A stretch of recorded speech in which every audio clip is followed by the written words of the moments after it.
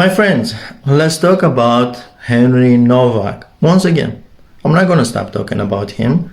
He's not going to be forgotten, and what happened to him, we'll make sure that it will not happen to any white kid, any white individual, any white, black, brown, blue, whatever the color. But let's face it, United Kingdom has this way of handling things. When you're talking about police, it's called positive discrimination. What the hell? I'm gonna say this once again. Discrimination means discrimination. The way in which British police conducts themselves when there is a white and a non-white in the equation, well, you're gonna see. If you don't understand yet, you're gonna see it by watching the video, the body cam, police body cam, that finally they release it after huge public outcry and pressure. They try to cover their tails. The disgusting British police. Well, if you don't know, you're gonna see after you watch, and you will see how they put handcuffs on a dying man. They put handcuffs on a dying man. What the hell? They didn't believe his accusation because the murderer, that bastard, I hope his time in jail is going to be very long, very painful. That's what I wish for him. I'll be honest. I don't wish good things for him. The way, the damage that he did, not just the fact that he destroyed and he killed an innocent, he destroyed the life of Nowak family, he destroyed as well the good name of Sikh people, he destroyed his own family, because obviously all of them, instead of delivering him to police, they should have delivered him to police. What did you do? We cannot defend you. But people with a moral guide, with moral compass, will not defend a bastard that killed somebody. No, they will not do that. But his family is rotten as well. It's not just Digwa rotten, all his family. All of them are rotten, and all of them, they're accessory to murder. Plus the British police. Plus the British police. They didn't believe. They could see his hands. His hands were this color. They were not this healthy color in which you see that I'm not losing blood. No, his hands was the hands of a dead man. But that was not enough for British police to believe him that he is dying. No, they didn't believe that he is dying. To them, I don't believe you have been stabbed, mate. So callous, so heartless. And now Americans as well are reacting, and they made sure that the British police is famous. The talk of the town, and things will change. Things will change, and public pressure from all over the world will change the way in which disgusting DIY worker, British only with name police is acting. British but not for British people. British but not for white. Serve and protect, but they don't serve the indigenous population. No, the whites are spit upon and treated disrespectfully and with scorn. Just like this poor guy. He thought that he's going to be safe. The police was coming, and eventually they came. Instead of saving him, they were asking that bastard, that garbage. They were asking him, are you hurt? They could see someone clearly hurt, but they were asking that bastard. Anyway, you're going to see the reaction. Thanks to GB News, they make a compilation. And I put this on my channel for all of you to see. Thank you, GB News. Without you here in UK, we're not going to have fair and non-biased news. GB News is the only reason we here in UK, we have an idea of how things and why things are happening. GB News, they're not biased. They just present the news as they are, and then they show the agenda of the left. So that's why all the mainstream media here, they hate GB News. Our voice. The voice of patriots, the voice of people that are fed up with the far left bullshit that is spread all over United Kingdom. But to cut the story short, I want you to watch and to see presenter of GB News, showing the reaction that America had to the disgrace that happened here in the United Kingdom. Poor Henry Nowak, you're not forgotten, buddy. I don't know where you are now, if you're listening or not, maybe just sleeping. You're sleeping for eternity, for now. But I think one day when you wake up, when the Lord will wake you up, you will see what happened after your death and how things change for good. You didn't die in vain, mate. And you are believed. The bastards that came, they should have saved you, but they didn't believe you. We believe you. And we feel for you. And we hurt for you, Henry. Anyway, let's take a look. America is watching. The murder of Henry Nowak is no longer just a British story. It's not just confined to the United Kingdom, because all across America tonight, the media are looking at Britain and asking one question: how did it get this bad? This was Fox News last night. When the left wing is in charge, you're not safe. Well, unless you're a member of the protected class du jour. The entire system of policing there is infected by the woke edicts of their overlords. Digwa himself was eventually arrested, sentenced to life in prison, but get this, he may only do as little as 21 years. His victim, however, never reached the age of 21. The influx of migrants, mass immigration, refugees, the coddling of criminals, the targeting in many ways, at least they feel that way, of native-born Brits, the old British system, in decline. I think it's in despair. Elsewhere, this was the Megyn Kelly show. Take a look. It's despicable. Every single cop on that scene should be fired. I have to give some responsibility here to Keir Starmer. This is Keir Starmer's Britain. You know, he is Neville Chamberlain 2.0. You know, when I put my ex-cop hat on, knives obviously can kill, but so can the woke mind virus. Imagine if the races were reversed. Right. There would be riots in the street. There were. And this was also primetime media Will Kane on Fox News last night. A white teenage kid is dying on a street in England, and you can hear him tell police he can't breathe, just like George Floyd in 2020.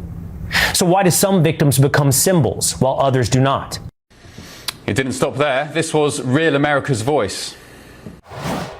And the identity, the us against them, that's not something that white people ever sought. That's not something that white people ever looked for at all. But it's been imposed. And it's here. And it's happening. Why is it that every single other group is able to have an identity other than white people? This is how America now sees us in Britain. They cannot believe what our country has become. The land of Churchill, Magna Carta, common law, now being held up as a warning sign. The grooming gang scandal, the Manchester Arena bombing, Valdo Calacane, Axel Rudabakana, the illegal migrant boat crisis in the Channel. Again and again, critics say British institutions ducked difficult questions, they avoided uncomfortable truths and put political sensitivities ahead of public safety, all at the altar of so-called anti-racism. And now, after the killing of Henry Nowak, the rest of the world is asking whether Britain's leaders have completely lost the courage to say what ordinary people can plainly see. With me now is Don Keith, the host of The Real Beef Show. Don, great to see you. You've been very vocal about the Henry Nowak case on social media over the past couple of days, and it's fair to say that it's not just touched and infuriated Brits like me and my viewers back home, but also you guys here in America. Yeah, that's exactly right. You know, anytime a story from Britain makes it to America on the mainstream that doesn't have something directly to do with politics, you know it's a big story. This has gone international. It's a big deal, not only because of the tragic way that this young man died and his life was taken for him. He was murdered, callously murdered, but the handling of it afterwards by the police, and now the aftermath by the British government, by the Labour Party, by Parliament. It's a total different reaction than we saw when George Floyd was killed by a policeman. We saw Parliament gave a moment of silence We saw police officers in America and in Britain kneeling down.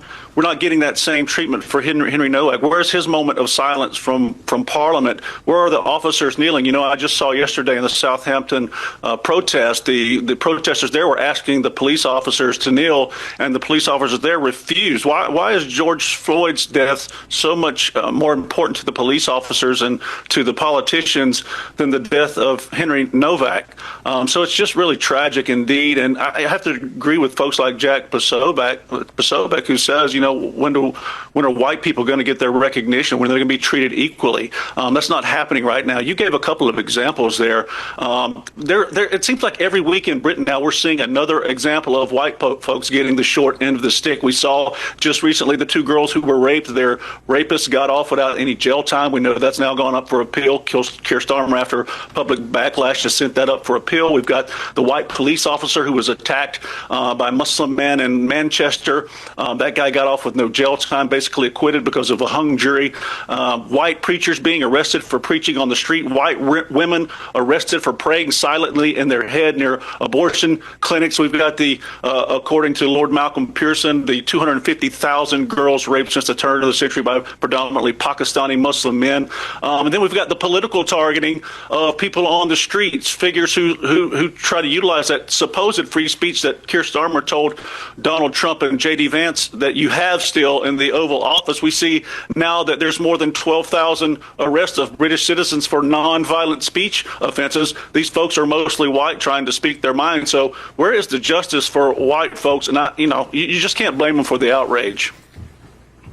Yeah, I think 12,000 arrests, the data was from a few years back, 12,000 arrests for social media posts. I don't think there was a breakdown of demographics, but I mean, all your points there, just listening to them, Don, I'd forgotten about lots of those examples, and there you are reeling them off to me, and I'm thinking in my head, goodness me, we really are in a pretty sticky situation. First of all, why do Americans care so much what happens our side of the pond? Why are you so sort of emotive and touched by it?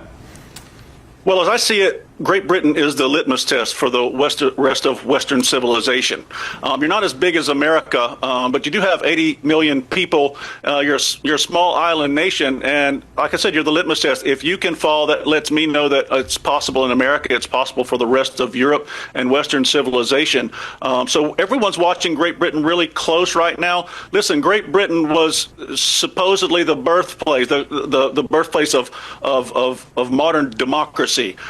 Things like free speech, your Bill of Rights that we took from you and adopted a lot of your principles. Obviously, Great Britain got it from the Greeks, but in the modern times, Great Britain is supposed to be that example for the rest of the world. And right now they're failing utterly at being that shining example they're supposed to be under this Labour government. It's really reprehensible what Great Britain has come to and the freedoms that you're losing exponentially. Really, it seems like daily there's another freedom being taken from you, or some proposed legislation by this Labour government to infringe on the freedoms of the people of Great Britain. Don, what do you make of people who will be watching this maybe live now, or they'll see a clip later on when it goes online and they'll say, well, Don's just an American, he's just a Yank who's over-egging it, everything's fine in Britain, yes, we've got a few problems, the murder of Henry Nowak wasn't race-related. I mean, on that point, I'd say, well, Hampshire police had a race action plan saying they'd prioritise ethnic minorities. But what do you say to those people who just say, you're just some far-right American crank beaming into us from wherever you are in the States? Well, I'd ask them to define far right. Who gets to define what far right is? It seems to me the only people that are deemed far right by this Labour government are folks who agree with their ideology. I don't see myself as far right. To me, the folks in Great Britain, the friends I have in Great Britain, what's really far right, what they consider far right, are people who agree with the traditional moral value system of Great Britain, the traditional legal system, things like freedom of speech that I mentioned before, none of this rapid mass migration, none of this 15-minute cities and the digital ID. People just want to be free. And the folks who enjoy their individual liberty, something we cherish here in the United States, that's looked at as being far right. It's a really ridiculous premise to call folks who just want to be left alone to live their lives and raise their children, have their families, worship their God, and just be left alone by the government. They're deemed far right. Yeah, Don, and actually I don't think anyone cares anymore what they're called. You know, you can throw around the term racist, you can throw around far right and all the other sort of disgusting things they throw at people. I don't think anyone really cares anymore. Too much has happened. There's too much water under the bridge. Like I said, with the Manchester Arena bombing, the Ariana Grande concert, the security guard didn't approach the suicide bomber because he thought it was scared he'd be called racist. He thought the guy looked suspicious. He had a dodgy backpack on his back, and he didn't approach him because he thought he'd be called racist. One example of many. And what happened? 22 people died. So if it means, you know, saving lives, saving the lives of little girls and small girls and boys like Henry Nowak, call us what you want. I don't care. Don, thank you so much. Appreciate you being with us. Don Keith, the host of Thank you for having me. Let's get the thoughts. Thanks, Don. Let's get the thoughts of friend of GB News, writer and broadcaster Andrew Doyle. Andrew, good morning. Good afternoon. What's the time in Arizona? It's evening, isn't it? Good evening to you, Andrew. It's just your afternoon thoughts now, on late this afternoon. whole. Yeah, just your thoughts on this whole sorry affair, please. And also, just as an addition to that, are we salvageable, Andrew? That's a very good question. I would say that one thing that has struck me about the coverage of this tragedy has been the extent to which media outlets are determined to talk about their fear about a backlash from the far right, whatever that means. I mean, it's not a term that they are able to define satisfactorily. It's more a smear that they use. That's a deflection mechanism. That's a distraction. The story and the tragedy of Henry Nowak points very, very directly to a problem with the policing service in the UK, the policing system, the activist capture of policing in England and Wales. And I'm talking very specifically about the College of Policing, which has been an activist body for so long. And in the wake of the death of George Floyd and the subsequent campaigns that happened after that, it has encouraged police and trained police specifically to prioritize above all things group identity and to avoid any accusations of racism and also to believe any accusations of racism automatically. And as a result of that, of course, people use it as a means to pervert the course of justice. As we saw in the case of Henry Nowak, his murderer was making that accusation, lying through his teeth in order to get the police on side, and it worked. Those police officers, although they turned up in a situation where they didn't know what was happening, they'd been given false information.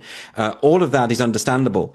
But this guy knew that if he made that accusation of racism, he would get them on side, and they immediately believed the murderer, and they didn't believe the victim, and they handcuffed a young man while he was bleeding to death because of that false allegation. I would say we need to strip out activism in the police service. I would point to the Police Action Race Plan, which was implemented in 2025 by the College of Policing in association with the NPCC, the National Police Chiefs Council, in which it explicitly says that they are not interested in racial equality. This is covering all of England and Wales, by the way. It says that they are not interested in racial equality or treating people the same. It says that they're interested in racial equity, which is effectively treating people unequally to artificially enforce equal outcomes when it comes to group identity. That is an astonishing document, because that document is saying that the College of Policing, the body responsible for training police in England and Wales, does not believe in equality before the law, doesn't believe that police should serve without fear or favour. It is explicitly undermining the entire fundamental duty of police officers, and that's in an official document. It's right there. Anyone can check it online. That's a really serious situation. And no, there hasn't been the political will to strip out activism from the police force. And a lot of us have been going on about this for a long time, and nothing is ever done. Instead, they just want to talk about the far right and fearmonger in that way, when really they need to go right back to the root of the problem, which is the police. But this kind of thing is so institutionalised in the UK, I find, just as an observation, not just the police, but you look at schools, and you know, I've got friends who are teachers, I respect teachers, but for the most part, I would say, as an observation, I've got no scientific data to back this up, my feeling is they are mostly liberal, left-leaning, who probably hate Trump, probably open borders, and the same with universities. The indoctrination of universities these days is mostly, if you send your child to university, there's a high chance, unless they're pretty based, they're coming out of their very expensive, useless degree, being, you know, completely left-wing, socialist, maybe borderline commie. This is in every institution, major institution with influence in the United Kingdom. So, again, I ask, when the rot is so deep, it's not just something you can fix overnight. Is it salvageable, or is it too far gone? It's a really good question, because, I mean, you say you haven't got the statistics on that. There are actually plenty of statistics on the extent of activist capture of, for instance, higher education. There have been various studies done on the political affiliations of professors and the growing intolerance, and of course the examples of cancel culture and academics, for instance, who will keep their opinions to themselves because they know that their careers can be damaged if they express an opinion that is even remotely right-leaning. So all the data on that is clear, and all of that stuff is incontrovertible. So a debate about whether or not the institution are captured at this point is redundant. They are, and there are, and the police, as I've said, is a major issue. Schools as well. Of course, there's a lot of activist members of staff and teachers in schools too. And again, I think it comes down to this lack of political will to deal with the situation.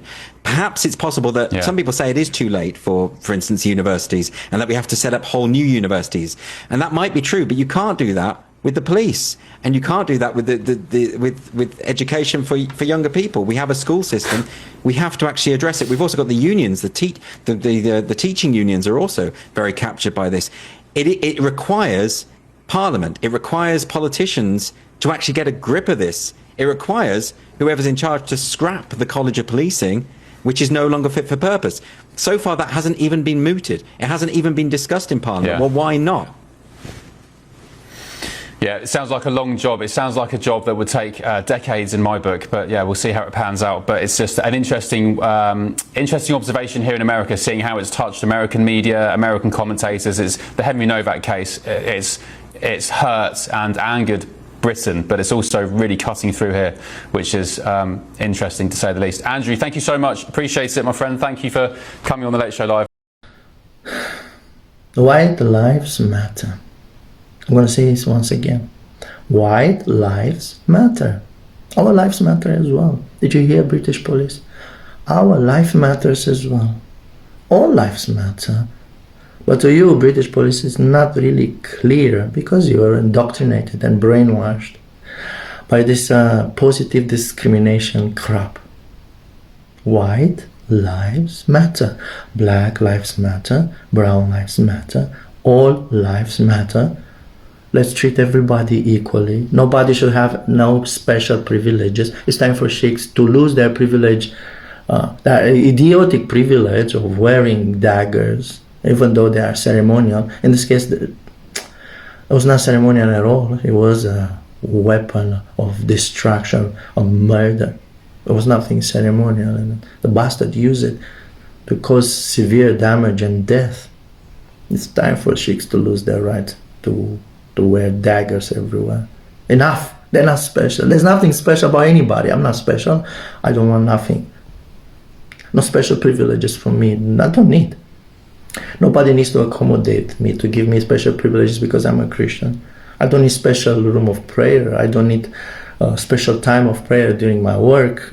I don't need special ceremonial daggers around my waist. I don't need all this crap. I don't need. We should be treated all equally. No privileges for anybody. And equal behavior of police, no matter what color you are. You are a human being. So what the hell? What if you are a minority? It doesn't matter. What if you are a certain religion? It doesn't matter. Everybody should follow the same rules for everyone. Enough with this. Enough with racism against whites. Enough with discrimination against whites. Enough with this. God bless you all. Thank you for watching, guys. My reaction to this material from GB News. GB News actually, as I said, made a compilation of the reaction what happened here. Reaction of American pundits. Now, what do you think? I want your comments. What do you think about this? Please, by all means, engage, comment. Tell me, how do you feel, positive or negative? It doesn't matter, as long as you tell me, as long as you comment, as long as you give your input. I'll be happy to accommodate all. Total freedom of speech on this channel. Let's debate. Do you think that there is a two-tier policing in this country? One for minorities and one for us whites? Do you think that us whites, we are discriminated Do you think that there is such a thing as racism against white people in the United Kingdom? What do you think? Let me know in the comment section. And don't forget to subscribe and share this video. I want to start here a powerful new community. And as you see, I'm trying to do this job as professional as I can. See you soon, friends.